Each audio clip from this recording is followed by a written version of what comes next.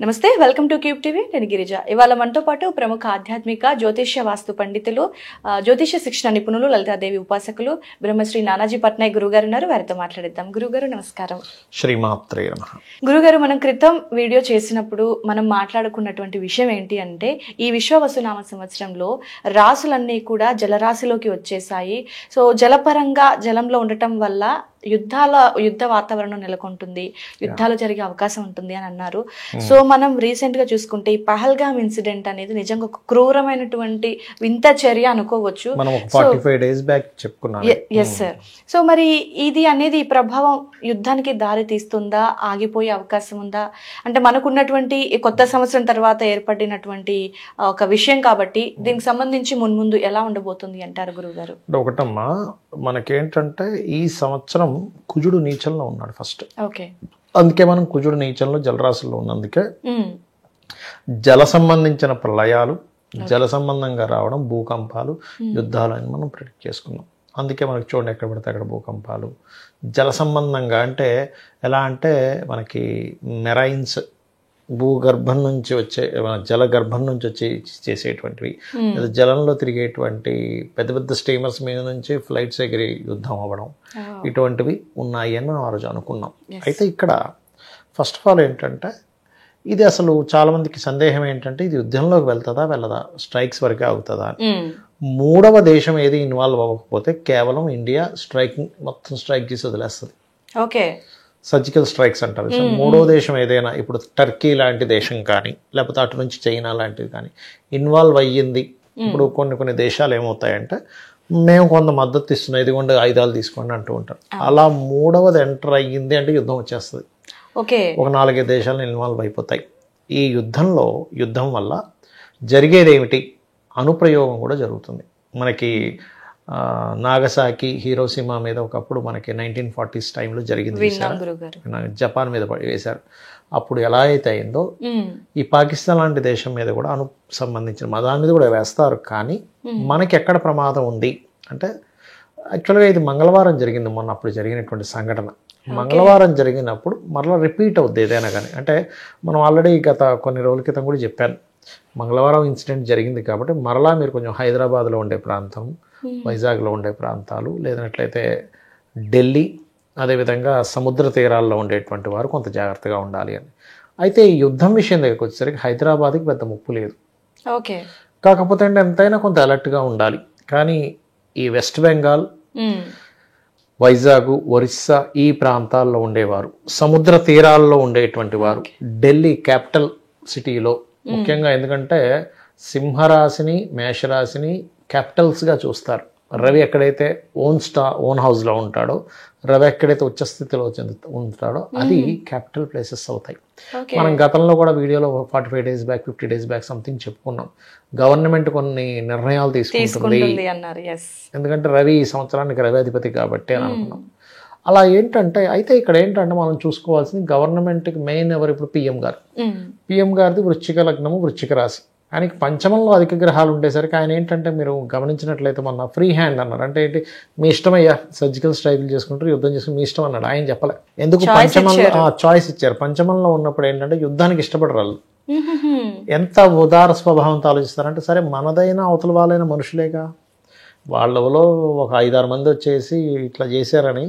ఇప్పుడు పాకిస్తాన్లో కూడా కొంతమంది మంచి వాళ్ళు ఉంటారు, అందరూ దుర్మార్గులు ఉండాలని రూల్ లేదు.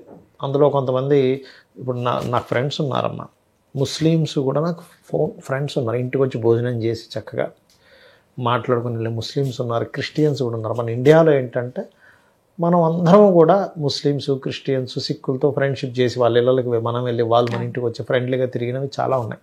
ఈ ఉగ్రవాదుల దాడి వల్ల మనకి ఈ అనుమానాలు, భయాలు ఏర్పడుతున్నాయి. అలా ఏంటంటే, ఒక ప్రైమ్ మినిస్టర్ పాయింట్ ఆఫ్ వ్యూలో ఎలా ఉంటుందంటే, అక్కడ కూడా కొంతమంది పసిపిల్లలు ఉంటారు, స్త్రీలు ఉంటారు, వాళ్ళందరూ నాశనం అయిపోతారు కదా, మనం తొందరపడి ఎందుకు యుద్ధం చేయడం అనే పాయింట్ ఆఫ్ వ్యూలో ఈ ఉగ్రవాదులు మాత్రం మట్టు పెడదామనే పాయింట్ ఆఫ్ వ్యూ మాత్రం ఉంటుంది. ఓకే. సో ఎంత పెద్ద వ్యక్తి అయినా గురువుగారు, సో గ్రహాలను బట్టే ఆ గ్రహాలు ఆటోమేటిక్గా మనిషిలోని ఆలోచనల్ని మారుస్తాయి అంటారు. 7వ స్థానంలో ఉంటాయి, 7వ స్థానంలో 6వ స్థానంలో ఉండే గ్రహాలేమో యుద్ధానికి సంసిద్ధం చేస్తాయి. ఓకే. ఈ మనకి ఏదైతే 5వ స్థానంలో ఉండే గ్రహాలు ఆపుతూ ఉంటాయి. అందుకే పిఎం గారు ఏం చేశారు, ఫ్రీ హ్యాండ్, మీరు చూసుకోండి అయ్యా, మీకు అవసరం పడితే యుద్ధం చేసేసేయండి, లేదనుకుంటే సర్జికల్ స్ట్రైక్ వరకు వెళ్ళండి, మీకు ఫుల్ ఫ్రీడమ్ ఇస్తున్నాం. అదే మీరు గనక ఒకప్పుడు యుద్ధాలు జరిగినప్పుడు ఇంత ఫ్రీడమ్ ఇవ్వలే. అవతల వాళ్ళు కాలుపులు కాలుస్తున్నా కూడా ఇక్కడ నుంచి పర్మిషన్ లేదు, వీళ్ళు కాల్చడానికి లేదు, అంత ఘోరంగా ఉండేది. సో ఇప్పుడు ఫ్రీడమ్ ఇవ్వడం ఒక రకంగా మంచిదే, ఎందుకంటే సమయస్ఫూర్తిని బట్టి వీళ్ళు ఉంటారు. అయితే ఇక్కడ నేను చెప్పేది ఏంటంటే, చాలా మందికి సంశయం ఏంటంటే అసలు యుద్ధం వస్తుందా రాదా అని. ఏ దేశము మధ్యలో ఇన్వాల్వ్ అవ్వట్లేదు అంటే యుద్ధం రాదు. మధ్యలో ఏ టర్కీ లాంటి దేశమో, చైనా లాంటి దేశమో, లేకపోతే వాళ్ళు మనకి సపోర్ట్ చేస్తే ఇండియాకి యుద్ధం జరుగుతుంది ఖచ్చితంగా. పాకిస్తాన్కి సపోర్ట్ చేశారంటే వాడు వచ్చేస్తాడు, మనకక్కర్లే, వాళ్ళకి సపోర్ట్ చేస్తారు. ఎందుకంటే వాళ్ళ దగ్గర 3 రోజుల కంటే ఇంధనం ఎక్కువ లేదు. ఇప్పుడు యుద్ధం చేయాలంటే ఇన్ని రోజుల ఇంధనం అని ఉండాలి, అప్పుడే వాళ్ళు చేయగలుగుతారు. చేస్తే మధ్యలో ఆపేస్తే ఏంటి పరిస్థితి? కాబట్టి వేరే వాళ్ళు కనుక సపోర్ట్ చేస్తున్నారంటే యుద్ధాన్ని ఎదుగుతాడు. అప్పుడు పాకిస్తాన్ చాలా డ్యామేజ్ అవుతుంది. ఈ ప్రజలు పాకిస్తాన్లో కావచ్చు, మన దేశంలో ఉండే తీర ప్రాంతాల్లో ఉండేవాళ్ళు కావచ్చు, కొంచెం ఢిల్లీ ప్రజలు, వైజాగ్లో ఉండేవాళ్ళు, మన దేశంలో అయితే వైజాగ్, ఒరిస్సా అండ్ వెస్ట్ బెంగాల్లో ఉండేవాళ్ళు కాస్త జాగ్రత్తగా ఉండాలి. సముద్ర తీరాల్లో ఉండే ఇటైనా కానివ్వండి. అలాగే పాకిస్తాన్లో ఉండే వాళ్ళకు కూడా చాలా ప్రమాదం ఈ యుద్ధం వల్ల. అంటే పరుగులు తీస్తారు. ఎందుకండి ఇలా ఎలా చెప్పగలుగుతున్నారు పరుగులు తీస్తారు అంటే, గోచారంలో ఉండే గురువు ఈ సంవత్సరం 3 రాశులు మారుతున్నాడు. ఒక రాశిలో ఉండట్లే. ఎప్పుడైనా గురువు ఒక సంవత్సరం ఒక రాశిలో ఉంటాడు. ఈసారి ఏమవుతుందంటే విశ్వవసునామ సంవత్సరానికి వృషభంలో ఉంటాయి, మే 15 నుంచి మిథునంలోకి వెళ్తాడు. అక్కడి నుంచి 6 నెలల నుండి మళ్ళీ కర్కాటకంలోకి వచ్చేస్తాడు, మళ్ళీ వక్రించి వెనక్కి వెళ్తాడు. అంటే జీవకారకుడైన గురువు ఇలా ఎప్పుడైతే 3 రాశులు మారి వెనక్కి వెళ్తాడో ప్రజలకి ఇండికేషన్ ఈజ్ జూపిటర్, పరుగులు తీస్తారు. అంటే గురుగారు మీరన్నట్టుగా ఒక సంవత్సరంలో మారాల్సిన గురువు ఒకేసారి 3-4 రాశుల్లో మార్పు అవుతుంది. 3 రాశుల్లో. సో ఇది అంటే మామూలుగా జరుగుతూ ఉంటుందా ఇలా? జరుగుతుందా? ఇలా ఎప్పుడైనా గ్రహాలు గనక తన స్థితిని ఒక డిఫరెంట్ గా ప్రదర్శించేటప్పుడు, అంటే ఒక 1 year లో మారాలి, అలా కాకుండా 1 year లో 3 రాశిస్ మారడం, దాన్ని అతిచారము అంటారు. అంటే ఒక దగ్గర ఉండకుండా స్థిరంగా ఉండకుండా టకటక ముందుకు వెళ్ళిపోవడం. అందుకని ఏమిటి, ఇక్కడ ఎప్పుడైతే ఆ మిథునంలోకి వెళ్ళడం వల్ల, ఈ యుద్ధాల వల్ల మనకి బంగారం రేట్లో చాలా ఫ్లక్చువేషన్స్ ఏర్పడతాయి. భూములు అయితే రేట్లు పెరుగుతాయి, మళ్ళీ అందులో ఎటువంటి డౌట్ లేదు. మనకి ఆ రోజు మనం అది కూడా చెప్పుకున్నాం, మనకి ఇక్కడ ల్యాండ్ రేట్స్ పెరుగుతాయి జూన్ తర్వాత. బట్ గోల్డ్ రేట్స్ మాత్రం స్ట్రక్ అవ్వడం, తగ్గడం కూడా జరుగుతుంది, గుర్తుపెట్టుకోండి. గోల్డ్ రేట్స్ ఎప్పుడు అంటారు గురుగారు? ఇది ఇక్కడ నుంచి మే నుంచి స్టార్ట్ అయిపోతుంది అది. ఓకే.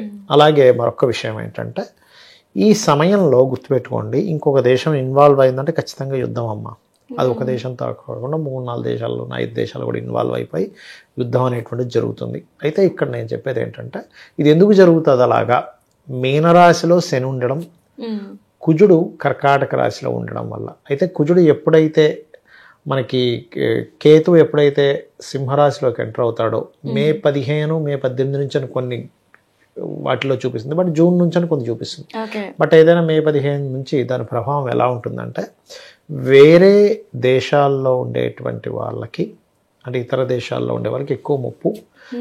మన దేశంలో క్యాపిటల్స్, ముఖ్యంగా సెకండ్ క్యాపిటల్ రావడానికి కూడా ఉపయోగపడుతుంది అది. అలాగే క్యాపిటల్ ఏదైతే ఉందో మనకి ఢిల్లీ, ఆ ప్రాంతం చాలా జాగ్రత్తగా ఉండాలి. ఇందాక నేను చెప్పినట్టు ఢిల్లీ, వెస్ట్ బెంగాల్, ఎందుకంటే కూర్మ చక్రము అని ఉంటుంది. కూర్మ చక్రము, సర్వతోభద్ర చక్రం అని 2 చక్రాలు ఉంటాయి ఇలాంటి సంఘటనలు చెప్పడానికి. ఆ చక్రాల ఆధారంగా చెప్తున్నటువంటి అంశాలు ఇవన్నీ. ఒక్కొక్క రాష్ట్రానికి ఒక్కొక్క నక్షత్రం కూడా సంబంధం ఉంటుంది. అలా చూసుకుంటే శని, కుజుడు సంచరిస్తున్నటువంటి స్థానాలని కనుక గమనించినట్లయితే ఢిల్లీ, ఈ ప్రాంతాలు, Hyderabad is most safest place యుద్ధ సంబంధించినవి మన మీద పెద్దగా ఇదవ్వకపోవడానికి. కాకపోతే ఎంతైనా కొంత అలర్ట్గా ఉండాలి. ఒక 2 to 5% కొంత ఛాన్సెస్ ఉన్నాయి. బట్ మిగతా ఇటు వైజాగ్ ఇటు సైడ్ మాత్రం కొంత ప్రమాదం ఉంది. మరి దీన్ని నుంచి ఎలాగండి, మనం కేవలం ప్రమాదం చెప్పడానికి కాదు, ఎవరినో భయపడ్డానికో కాదు జ్యోతిష్ శాస్త్రం. మన నుంచి మనం బయటపడడానికి కాలభైరవ అష్టకం చేసుకుంటే ఆ కాలభైరవుడు మనం రక్షిస్తాడు. దక్షిణామూర్తి స్తోత్రం చదువుకుంటే, ఎందుకంటే మీనంలో ఎప్పుడైనా సరే శని సంచారం జరిగేటప్పుడు జరిగేటువంటి ఫలితాలు ఏమిటంటే, వాటరీ రిలేటెడ్గానే యుద్ధం ఎలా వచ్చింది, వాటరీ రిలేటెడ్గానే హెల్త్ ఇష్యూస్ కూడా వస్తాయి. వాటర్లో కొంత కలుషితం రావడం కానివ్వండి, I related issues, brain related issues కూడా ఇస్తూ ఉంటుంది. అందుకని దక్షిణామూర్తి స్తోత్రం మనల్ని చల్లగా కాపాడుతుంది. ఓకే. కాలభైరవ అష్టకం మనకి ఎటువంటి ఇబ్బంది రాకుండా, అంటే ఒక ఎనర్జీ ఫామ్ ఎప్పుడైతే మనకు అవుతుందో ఆ ఇబ్బంది రాకుండా ఉంటుంది. అంటే గురుగారు ఇది ముఖ్యంగా సముద్ర తీరంలో ఉండేటువంటి వాళ్ళకి బాగా వాళ్ళకి ఎక్కువగా ఉపయోగపడుతుంది ఉంటుంది. వాళ్ళకి. జనాలందరూ కూడా జూన్ జూలై తర్వాత నుంచి బంకర్స్ లో దాచుకోవడము, మే నుంచే కొంచెం కొన్ని దేశాల్లో అయితే, ఇక్కడ మనకి చాలా తక్కువ, కానీ కొన్ని దేశాల్లో అయితే ప్రతి ఇంట్లో బంకర్ ఉంటుందమ్మా, తెలుసా మీకు? గ్రౌండ్లో, మనకు అండర్ గ్రౌండ్లో బంకర్స్ ఉంటాయి. అంటే ఏంటి, యుద్ధం వస్తే అందులోకి వెళ్ళిపోతారు ఇంకా వాళ్ళు, ఇంకా పైన ఏం జరిగినా కింద దాకా సంబంధం లేదు. చాలా స్ట్రాంగ్ గా కడతారు దాన్ని. ఓకే. అలాంటి కల్చర్ స్టార్ట్ అవుద్దామా నెక్స్ట్. ఇంకా ఇక్కడ నుంచి కట్టేటువంటి గృహాలన్నీ కూడా కంపల్సరీ బంకర్ కట్టుకుంటాడు మనిషి. దీనివల్ల ఏమవుతుంది, అపార్ట్మెంట్స్ లో మనం కట్టుకోలేం కదా, ఖాళీ ల్యాండ్కి రేట్లు పెరుగుతాయి.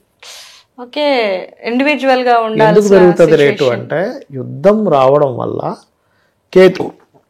కేతువు ఎప్పుడైతే వృశ్చికం నుంచి మారుతున్నాడు, మనం 45 రోజుల క్రితం కూడా ఇదే చెప్పుకున్నాం, 45 రోజుల క్రితం కూడా ల్యాండ్ రేట్లు పెరుగుతాయి అనేటువంటిది ఏప్రిల్ స్టార్టింగ్ లోనే చెప్పుకున్నట్టున్నాం ఆ టైంలో. దీనివల్ల ఏమిటంటే, కుజుడు ఎప్పుడైతే మనకి కన్యారాశి నుంచి మారుతున్నాడో ల్యాండ్ రేట్స్ ని పెంచుతాడు. ఎందుకు పెరుగుతాయండి అంటే, ఇండివిజువల్ హౌస్ వాళ్ళకే ఈ బంకర్ కట్టుకోవడానికి ఆస్కారం ఉంటుంది. మీరు అపార్ట్మెంట్లో ఎడ కట్టుకుంటారు బంకర్? అందుకని ఏం చేస్తారు, ల్యాండ్ రేట్స్ పోతే పోని, ఇప్పుడు ఎట్లాగో 3 కోట్లు పెట్టి ఒక అపార్ట్మెంట్ కొనుక్కుంటున్నాం, అదేదో ల్యాండ్ 100 గజాలు 200 గజాలు కొనుక్కుందాం, అందులో మనం చిన్న బంకర్ కట్టుకుందాం, అందులో ఉందాం, పైన ఇల్లు కట్టుకుందాం, ఇట్లాంటి సైరన్స్ వస్తే టక్కన లోపల వెళ్ళవచ్చు, మనం ప్రాణాలు కాపాడుకుంటాం కదా. ప్రాణం కాపాడుకునేది బెస్ట్ వే కదా. అందుకని అలాంటి కల్చర్ పెరగనుంది, మీరు చూస్తూ ఉండండి కావాలంటే. అయితే గురుగారు, మీరు ఇందాక అన్న పాయింట్ లో, సో పాకిస్తాన్ కి ఎవరైనా సపోర్ట్ చేస్తే యుద్ధం జరుగుతుంది, యుద్ధానికి వాళ్ళు, ఎందుకంటే ఆ కాంబినేషన్స్ వచ్చేసాయి ఆల్రెడీ. ఎవరు సపోర్ట్ చేయకపోతే వీళ్ళు సర్జికల్ స్ట్రైక్స్ చేస్తారు, తీవ్రవాదులు. ఇప్పుడు గురుగారు, మనం మామూలుగా చూసుకుంటే రాష్ట్రానికి ఒక నక్షత్ర పరంగా కూడా చూస్తారన్నారు కదా. సో పాకిస్తాన్ అనేది యాక్చువల్గా ఇప్పుడు మన బార్డర్ కాదు. సో మరి మనకు ఉన్నటువంటి ఈ జ్యోతిష్యము సో పాకిస్తాన్ మీద ప్రభావాన్ని ఎలా చూపిస్తుంది? పాకిస్తాన్ మీద ఎలా చూపిస్తుంది అంటే చెప్తాను చూడండి. మన ఇండియాని కూర్మచక్రం వేసి చూస్తే అది ఏ దిశలో ఉందో చూసుకుంటాం. ఓకే. సో అదేంటి, నార్త్ ఈస్ట్ సైడ్, మన నార్త్ వెస్ట్ సైడ్ ఉంటుంది పాకిస్తాన్ కొంతవరకు, జమ్మూ కాశ్మీర్ నార్త్ వైపు ఉంటుంది. అందుకే చూడండి, నార్థన్ స్టార్స్ మీద సాటర్న్ రావడం వల్ల జమ్మూ కాశ్మీర్ పహల్గాం దగ్గర జరిగింది ఇబ్బంది. అది కూడా ఏమిటి, పూర్వాభాద్ర నక్షత్రము ఉత్తరాభాద్ర నక్షత్రంలోకి ఎంటర్ అవుతున్నాడు శని, తన ఓన్ స్టార్లోకి ఎంటర్ అవుతున్నాడు. ఎంటర్ అయ్యేటప్పుడు ఇలాంటి వేస్తాడు. ఆ కుజుడు ఎప్పుడైతే సింహరాశిలోకి ఎంటర్ అవుతున్నాడో, అంటే ఏంటి, May 15 తర్వాత నుంచి ఎప్పుడైతే కేతు ఎంటర్ అయిపోయి కుజుడు కూడా వచ్చేస్తాడు తర్వాత, ఈ కుజుడు ఎప్పుడైనా సింహరాశిలోకి వచ్చేటప్పుడు క్యాపిటల్ సిటీస్ మీద ఎఫెక్ట్ చూపిస్తాడు. అది అక్కడ ఉండడం, ఇది ఉండడం, దీని ప్రభావాలు పడుతూ ఉంటాయి. ఇంకోటి ఏంటంటే, ముఖ్యంగా పుణ్యక్షేత్రాలు, మన హిందూ దేవాలయాల మీద కూడా ఈ బాంబు దాడులు పడతాయి, చాలా జాగ్రత్తగా ఉండాలి. దీనివల్ల మనం గతంలో కూడా అనుకున్నాం, CM to PM అని మీరు టైటిల్ కూడా పెట్టారు 45 days బ్యాక్, మన ఛానల్లో ఉంటుంది. అంటే ఏమిటి, ఈ CM లెవెల్లో ఉండే వాళ్ళు మార్పులు ఉంటాయి, PM లెవెల్లో ఉండే వాళ్ళు మార్పులు ఉంటాయి. అప్పుడు చెప్పాం, ఇప్పుడు చెప్తున్నాం. ఎందుకంటే ఈ సంవత్సరానికి రవి అధిపతి కేతు అక్కడికి వచ్చాడు కాబట్టి ఈ మార్పులు ఉంటాయి. కాబట్టి కొంచెం గవర్నమెంట్ అధికారులు కానివ్వండి, ఈ మనకి డిఫెన్స్ కానివ్వండి, కొంచెం అలర్ట్గా ఉంటుండాలి. ఈ పుణ్యక్షేత్రానికి వెళ్ళేటువంటి పబ్లిక్ కానివ్వండి, కొంచెం ఇక్కడ అలర్ట్గా ఉండాలని. ఇప్పుడు మనకి హైదరాబాద్ సిటీ ఉంది, ఈ హైదరాబాద్ సిటీలో మనకి చూడండి, అప్పుడు ఒకసారి గోకుల్ చాట్లో ఒక రకమైన బాంబు పేలుడు జరిగింది. అలా ఎక్కువ జనాలు ఉండేటువంటి ప్రదేశాల్లో తిరగకుండా మనం కాపాడుకోవాల్సిన సమయం ఇది. నేనైతే మనస్ఫూర్తిగా ఎవరికి ఇబ్బంది కలగకూడదని కోరుకుంటున్నా, కానీ మనం ముందుగా చెప్పుకోవాలిగా. హెచ్చరిక. కరోనా వచ్చినప్పుడు అయ్యా ఎవరికెవరు ముట్టుకోకుండా అన్నాడు, భయపెట్టినట్టే జాగ్రత్త పడినట్టు, భయపెట్టినట్టు అవ్వదు కదా, జాగ్రత్త పరచడం. కాబట్టి చాలా మంది తెలియక కామెంట్స్లో ఏం చేస్తుంటారంటే, అదేదో నెగిటివ్ కామెంట్స్ పెట్టడం అంటే ఏమిటి, అయ్యో మీరు బాగుండాలని చెప్తుంటే వీళ్ళేమిట్రా బాబు అనిపిస్తుంది. జాగ్రత్తలు తీసుకోవటం మంచిది కదా.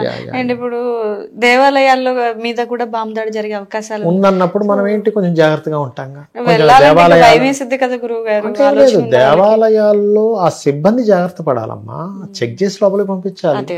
ఎవడు పడితే వాడిని పంపించేస్తే లోపలికి వచ్చి బాంబు పెడితే. అందుకని క్షేత్రాలు, దేవాలయాలు అగ్ని ప్రమాదాలకు గురవడం కానివ్వండి, ఈ బాంబు దాడులకు గురవడం కానివ్వండి జరుగుతూ ఉంటుంది. ఇంకోటి ఏంటంటే, ఒకవైపు యుద్ధం వస్తుంటే ఒకవైపు వర్షం పడుతుంది. మీరు గమనించండి, వర్ష సంబంధంగా యుద్ధం వస్తూ ఉంటుంది. అదొక రకమైన కాంబినేషన్ ఏర్పడుతుంది, ఎందుకంటే జలరాశుల్లో ఉన్నది కదా, అందుకని. అయితే గురుగారు ఇంకొకటి విశ్వావసునామ సంవత్సరంలో సో అనేక రకాల మార్పులు, అంటే ఎప్పుడు ఎక్స్పెక్ట్ చేయని మార్పులు ఈసారి జరగబోవటం ఒకటి, రెండోది మూడో ప్రపంచ యుద్ధం కూడా వచ్చే ఆ సూచనలు కనిపిస్తున్నాయి ఈ ఏడాది అనేది విన్నాం. సో ప్రపంచ యుద్ధం కాదు కానీ కొన్ని దేశాలు కలుస్తాయి. ఓకే, ఒకటి మంచి ఏమిటంటే కొంచెం గోల్డ్ రేట్ కొంచెం ఆగుతుంది, తగ్గుతుంది, ఆగుతుంది. ఓకే, ఎందుకంటే కుజుడు ఎప్పుడైతే కేతు బుధరాశుల్లో ఉన్నప్పుడేమో భూమిని ఆపాడు, సింహరాశిలోకి వెళ్ళినప్పుడేమో కొంచెం గోల్డ్ని కొంత కంట్రోల్ చేస్తాడు, కొంచెం తగ్గిస్తాడు, ఆపుతాడు. బాబా ఇప్పుడు కొనుక్కునే స్టేజ్ లో లేదు మధ్యతరగతి వాళ్ళకి. 100% అదే అడగబోతున్నా గురుగారు. ₹1,00,000 నుంచి 1,000-2,000 మధ్యతరగతి వాళ్ళకి అది పెద్ద తగ్గినట్టు. 50,000 70,000 రావాలి కనీసం. అప్పుడైతే ఏదన్నా ఆలోచన, కానీ ₹1,00,000 అంటే అది చూడడానికి కూడా మధ్యతరగతి వ్యక్తి ఎలాగా అసలు పెళ్లి చేస్తాడమ్మా, గోల్డే మనకు పెట్టేది. అవును, కాబట్టి కొంత కంట్రోల్ అనేటువంటిది ఖచ్చితంగా జరుగుతుంది. ఒక చిన్న ఎస్టిమేషన్ గురువు గారు, లైక్ ఇప్పుడు మనకు ఒక 96-97 ఏమో నడుస్తుంది. సో ఒకవేళ వస్తే ఎంతకు వచ్చే సూచన? తగ్గుతుంది, బాగా తగ్గుతుంది. అంటే ఒక 60-70 మనం ఆశ్చర్యపోవాల్సిన పని లేదు. అంటే ఇప్పుడు ఉన్నటువంటి సినారియోలో ఎక్కువగా అంటే ఇప్పుడు మీరు ఏం లేదమ్మా, ఇప్పుడు చూడండి, ఈ 3 ఏళ్ల నుంచి 3 ఏళ్ల క్రితం 60,000 ఉండేది. 3 ఏళ్ల నుంచి చూసుకుంటే 10 నుంచి 13 ఏళ్ళ సంవత్సరానికి 10 నుంచి 13,000 పెరుగుతూ వచ్చి 1,00,000 అయిపోయింది. నేను అనేది ఏంటంటే ఈ సంవత్సరంన్నర అంత పెరగదు, మాక్సిమం తగ్గే ఛాన్సెస్ ఉంటుంది. ఇంత రేట్ అని మనం ఖచ్చితంగా చెప్పకూడదు, కానీ ఎందుకంటే ఎక్కడ ఆ శాస్త్రంలో రాయలేదు ఇంత రేట్ అని. ఆగుతుంది. ఇంకొకసారి ఎప్పుడు వస్తుంది ఇప్పుడే చెప్తా చూడండి, తగ్గడం కరెక్ట్గా మీకు ఇక్కడ నుంచి సరిగ్గా 4.5 సంవత్సరాల తర్వాత 1 సంవత్సరంన్నర పాటు ఈ గోల్డ్ రేట్ పూర్తిగా తగ్గుతుంది. ఇంకా ఆఫ్టర్ 4.5 years తర్వాత పూర్తిగా తగ్గుతుంది గోల్డ్ రేట్, డ్రాస్టిక్ తగ్గుతుంది ఇప్పటికంటే కూడా. మీరు చూసుకుని రాసి పెట్టుకోవచ్చు, అప్పుడు మళ్ళీ వేసుకోవచ్చు ఈ వీడియో కావాలంటే. ఓకే, సీరియస్లీ మధ్యతరగతి వాళ్ళు పెళ్లి అని అంటే అది గోల్డ్ కంపల్సరీ, అది లేకుండా పెళ్లి ఉండదు. సో ఎక్కువ చేసేది కూడా పర్చేస్ అదే, ఈవెన్ దో మనకు చాలా వాల్యుబుల్ థింగ్ కూడా గోల్డ్, అలాంటిది అసలు కొనే పరిస్థితే లేదు అసలు. లేదు అంటే ఏం లేదమ్మా, ఈ gold places is sun and Jupiter. ఎప్పుడైతే అక్కడ శని సంచరిస్తుంటాడో, కుజుడు వచ్చి ఇక్కడ కేతు కుజుడు కనెక్ట్, అలాంటి ఫ్లక్చువేషన్స్ వస్తాయి. ఇంకోటి ఈ గుర్రాసుల్లో శని ఉండడం వల్ల కూడా ఏంటంటే కొన్ని దేశాలు రెండు వైఖరులు, ఒకవైపు మనకు సపోర్ట్ చేస్తుందా, పాకిస్తాన్ సపోర్ట్ చేస్తుందా అనేటువంటి కొన్ని ధర్మబద్ధంగా ఉండవలసిన వాళ్ళు కూడా అధర్మబద్ధంగా ఉండడం, ఓకే, ఈ ఇట్లాంటివన్నీ జరుగుతూ ఉంటాయి చెప్పాలంటే. సో నిజంగా చాలా రకాలుగా చాలా విషయాల్లో జాగ్రత్త అయితే పాటించాల్సిన అవసరం చాలా ఉంది. మన ఇండియన్స్ ఓవరాల్ గా ఇండియా చూసుకుంటే ప్రతి ఒక్కరు జాగ్రత్తలు అయితే పాటించాలి. కాలభైరవ అష్టకము, దక్షిణామూర్తి స్తోత్రము చేసుకుంటూ లేదా అమ్మవారిని ఆరాధన చేస్తూ ఉంటే వాళ్ళే రక్షిస్తారు. ఓకే, అయితే గురుగారు పరిహారంగా చూసుకుంటే ఎవరికి వాళ్ళు కాకుండా దేశానికి సంబంధించింది కాబట్టి, సో బెస్ట్ ఎలాంటి పరిహారం చేసుకుంటే అందరం కూడా మన ఇండియా, మన భారతదేశం ఇబ్బందుల్లో పడకుండా, సమస్యల నుండి బయటపడే అవకాశం ఉంటుంది అంటారు? మనం ధర్మంగా ఉన్నాం. ఇప్పుడు మనం ఏమి యుద్ధం చేయాలని వెళ్ళట్లేదు. ఫస్ట్ ఏంటంటే మనం ధర్మంగా ఉన్నాం. మనం ధర్మంగా ఉన్నా కూడా దాడి చేశారు. దాడి చేయడం వల్ల అక్కడ ఎంతమందికి నష్టం జరిగింది అంటే 26 మంది 27 మంది దాకా ప్రాణాలు కోల్పోతే, అక్కడ పాపం షాపులు నడిపించుకున్న వాళ్ళందరూ బాధిపోయింది. వాళ్ళందరికీ డైలీ ఎంతో కొంత వాళ్ళ జీవితాలు గడిచేవి. ఎన్ని ఫ్యామిలీస్ రోడ్డు మీద పడ్డాయి తెలుసా అక్కడ. అదొక ఎత్తు అయితే పాకిస్తాన్లో పరిస్థితి మొత్తం మారిపోయింది అసలు టోటల్గా. అక్కడ అన్ని రేట్లు పెరిగిపోయాయి, జలం ఆపేశారు, మళ్ళీ ఇంకో జలం వదిలేరు, దానివల్ల కొన్ని పంటలు నాశనం అయ్యాయి. అంటే ఏమిటి, ఒక ఆలోచన విధానం ఎంతమందిని నష్టపరిచింది, కోరి కష్టాన్ని తెచ్చుకున్నట్టు అయిపోయింది. అలా తెచ్చుకోవడం వల్ల ఏమవుతుందంటే ఇప్పుడు వాళ్ళకే నష్టము. మన ఇండియాకి బోల్డ్ అంత పవర్ ఉంది, కొంత నష్టం మనకు జరుగుతుంది, జరగదని కాదు, కానీ ఎక్కువ నష్టం వాళ్ళకి జరుగుతుంది. కాబట్టి నేను ఒకటే చెప్తా, అందరూ కూడా భగవంతుని ప్రార్థించండి, మన వాళ్ళందరూ బాగుండాలి అనేటువంటిది. ఓకే గురుగారు, సో నిజంగా దేవాలయాలకు వెళ్ళే వాళ్ళు కానివ్వండి, లేదంటే ఎక్కువ పబ్లిక్ ఉండే ప్లేసెస్లో కనుక కొంచెం జాగ్రత్త పాటించి కొన్నింటికి దూరంగా ఉంటే ప్రాణాలైతే బ్రతుకుతాయి, ప్రాణాలు నిలుస్తాయి. లేదంటే మాత్రం చెప్పలేం ఎలాంటి సిచ్యువేషన్ ఎప్పుడు వస్తుంది అనేది. సో చాలా చక్కటి విశ్లేషణ తెలియజేశారు గురుగారు, ధన్యవాదాలు. శ్రీమాత్రే నమః.